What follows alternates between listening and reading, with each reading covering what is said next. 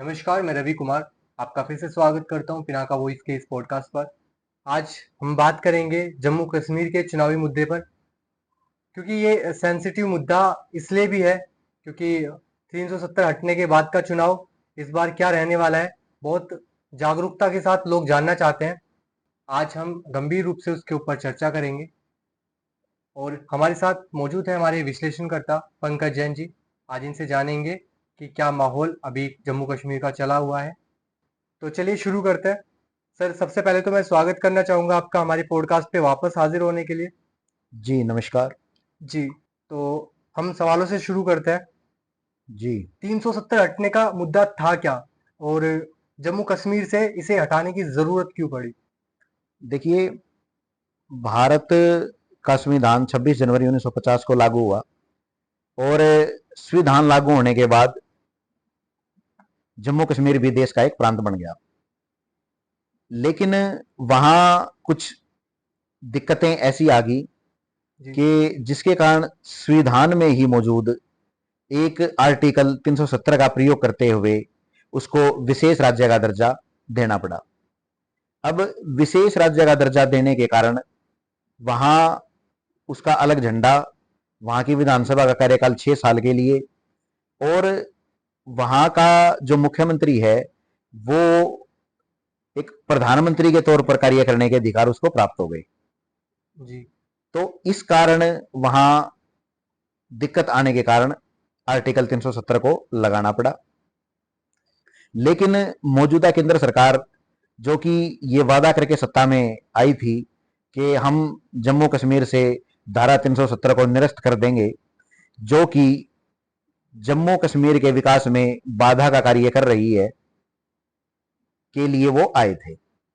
और इसी कार्य को उन्होंने अगस्त 2019 में करने का कार्य किया। उन्होंने आर्टिकल 370 को निरस्त किया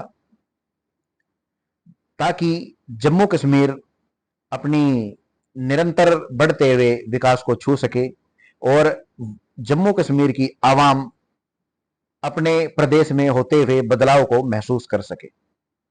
जी, डेवलपमेंट पे तो हम आगे बात भी करेंगे आपसे, लेकिन सबसे पहले क्योंकि अभी चुनावी माहौल है तो मैं जानना चाहूंगा कि जम्मू कश्मीर में अभी राजनीति में क्या बड़े बदलाव आए हैं 370 के हटने के बाद? देखिए, जम्मू कश्मीर की राजनीति में 370 हटने के बाद के जो बदलाव हम महसूस कर पा रहे हैं वो ये हैं कि एक तो जम्मू कश्मीर की जो आवाम है वो काफी हद तक एक खुलापन महसूस कर रही है। वहां विकास के कार्यों में बढ़ोतरी हुई है। जैसे कश्मीर संभाग के कुछ मंदिरों का जीर्णोद्धार इत्यादि का कार्य वहां चल रहा है, और टूरिस्ट वहां जो है काफी मात्रा में बढ़ते हुए दिखाई दे रहे हैं। क्या जम्मू कश्मीर में राष्ट्रीय और क्षेत्रीय दलों के बीच शक्ति संतुलन में कोई बदलाव आया है? हाँ, देखिए, जम्मू कश्मीर प्रदेश जो है वो मुफ्ती परिवार और अब्दुल्ला परिवार, और एक जिनकी अभी भूमिका कम हो गई है, अलगाववादी, तो इनकी बड़ी महत्वपूर्ण भूमिका प्रदेश में रहती थी। लेकिन आर्टिकल 370 के निरस्त होने के बाद अलगाववादियों को तो केंद्र सरकार ने सिरे से ही खारिज कर दिया है।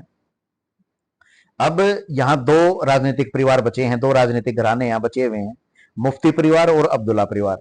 इसके अलावा दोनों राष्ट्रीय पार्टियां कांग्रेस और बीजेपी यहां अपने अपने दल बल के साथ चुनाव में विजय प्राप्त करने का कोशिश कर रही हैं, और वो कहीं ना कहीं इसमें कामयाब होती हुई भी दिख रही हैं। जी, क्या धारा 370 हटने के बाद चुनाव में जनता की प्राथमिकताएं बदली है? देखिए, कहीं ना कहीं ऐसा लग तो रहा है कि जनता, जो जम्मू कश्मीर की आवाम है, उनकी प्राथमिकताओं में बदलाव आया है। अब वो विकास के लिए भी मतदान करना चाहते हैं। अब वो रोजगार या युवाओं में जो बेरोजगारी है उसके लिए भी मतदान करना चाह रहे हैं। अब वो चाह रहे हैं कि कश्मीर संभाग में कोई बड़ा स्टेडियम, बड़े थिएटर, बड़े मल्टीप्लेक्स, बड़े बड़े बाजार, इन सब की संभावना यहाँ बढ़े, और कहीं ना कहीं उनका जम्मू कश्मीर के युवाओं का अब सेना की तरफ भी रुख हमें कहीं ना कहीं नजर आ रहा है। और शिक्षा पर वहाँ केंद्र सरकार जो है विशेष रूप से कार्य करती हुई हमें दिखाई दे रही है। जी, जम्मू और कश्मीर की राजनीति में क्षेत्रीय विभाजन जो कि जम्मू और कश्मीर के बीच में रहा और जम्मू बनाम कश्मीर बना, उसका क्या महत्व है? देखिए, वैसे तो जम्मू कश्मीर प्रदेश में 3 क्षेत्र विभाजित हैं। एक जम्मू संभाग, एक कश्मीर संभाग, एक लद्दाख संभाग। लेकिन लद्दाख अपने आप में शांत और शुरू से ही एक अलग संभाग रहा है। तो इसलिए जो मुख्यतः क्षेत्र आते हैं, वो आता है जम्मू और कश्मीर। अब जम्मू जो है वो हिंदू बाहुल्य क्षेत्र है और कश्मीर जो है वो मुस्लिम बाहुल्य क्षेत्र है।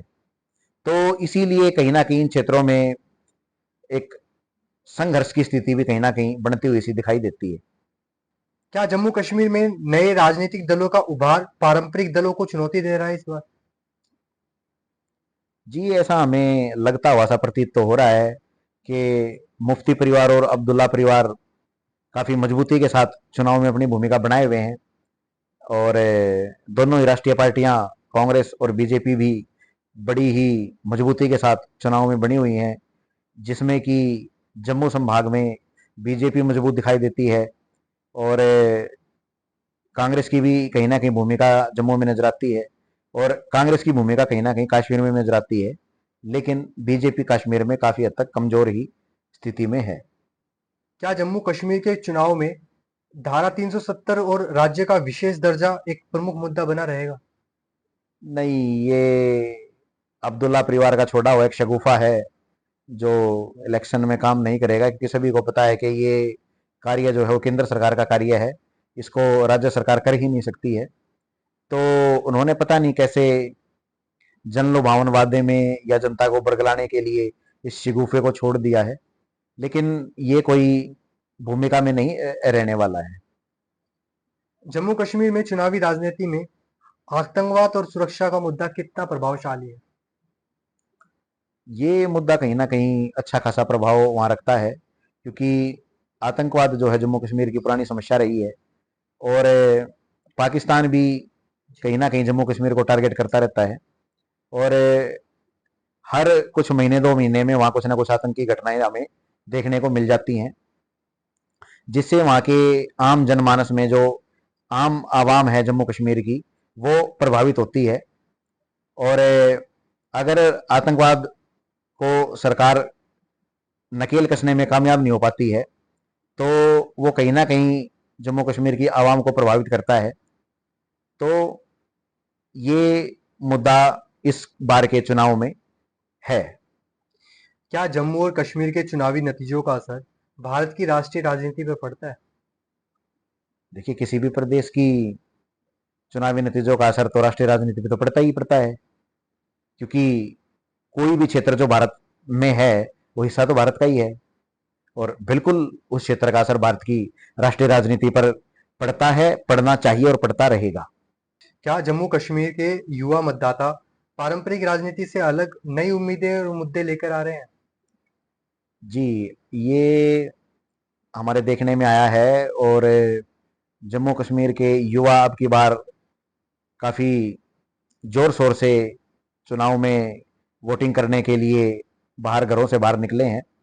और उनके जो मुद्दे हैं, शिक्षा है, बेरोजगारी है, इस प्रकार के मुद्दों पर उन्होंने वोट करने का कार्य किया है। जी, क्या जम्मू कश्मीर में पंचायत और ब्लॉक स्तर के चुनावों का प्रभाव विधानसभा चुनाव पर होता है? कुछ क्षेत्रों में ऐसा लगता है कि पंचायत और ब्लॉक स्तर का प्रभाव राज्य स्तर पर हो सकता है, और कुछ क्षेत्रों में नहीं भी होता है। तो ये तो चुनाव परिणाम देखने के बाद ही ज़्यादा काफ़ी हद तक अंदाज़ा लगाया जा सकता है। महबूबा मुफ्ती और फारूक अब्दुल्ला जैसे दिग्गज नेताओं का इस बार की राजनीति में क्या कुछ महत्व देखने को मिलेगा? देखिए, दोनों ही परिवार जम्मू कश्मीर के काफ़ी पुराने राजनीतिक परिवार हैं और खूब गर्मजोशी के साथ इस चुनाव में वो भाग ले रहे हैं। और अब चुनाव परिणाम से ही ये पता चलेगा कि दोनों ही राजनीतिक घराने कितनी कितनी सीटों पर अपनी बढ़त बना पाते हैं। क्या बीजेपी इस बार जम्मू कश्मीर में अपनी स्थिति मजबूत कर पाएगी? देखिए, जम्मू में तो बीजेपी पहले से ही मजबूत है और अभी और भी काफी मजबूत नजर आ रही है। लेकिन कश्मीर संभाग में भी अभी बीजेपी काफी जोर शोर से प्रयास कर रही है कि वहां मजबूती बनाई जा सके। तो नतीजे जब प्रदेश के आएंगे तो उससे काफी कुछ हद तक स्थिति स्पष्ट होगी। क्या जम्मू कश्मीर में चुनावों के दौरान धर्म और जाति आधारित राजनीति का महत्व बढ़ा है? इसमें हम दोनों ही बातें लेकर के चलेंगे। इसमें कुछ बढ़ता हुआ प्रतीत भी होता है और लेकिन ये क्षेत्र की स्थिति की उसकी जो भौगोलिक भौगोलिक स्थितियां हैं उसके कारण है और कुछ क्षेत्र में ऐसा नहीं भी है। जी। क्या जम्मू और कश्मीर में विकास और बुनियादी सुविधाएं अब चुनावी मुद्दों के केंद्र में है? जी, निश्चित रूप से विकास, आधारभूत संरचना अभी जम्मू कश्मीर के केंद्र में है। चुनाव के दौरान प्रदेश में विकास के काफी हद तक कार्य किए जा रहे हैं और प्रदेश में विकास की असीम संभावना है। तो जिन पर आगे काम किए जाने की आवश्यकता है और जहां तक मैं समझता हूं कि उन पर काम किया भी जाए। क्या जम्मू कश्मीर में गठबंधन की सरकार बन सकती है? क्या भविष्य रहेगा अगर ऐसा होता है तो? देखिए, ये तो चुनाव परिणाम से ही हम निर्धारित कर सकते हैं। उससे पहले तो इस पे हम कोई बात करते हुए ज्यादा जल्दबाजी हो जाएगी। जी। आज के लिए बस इतना ही। मिलते हैं आपको नेक्स्ट पॉडकास्ट में। तब तक के लिए जय हिंद, जय भारत।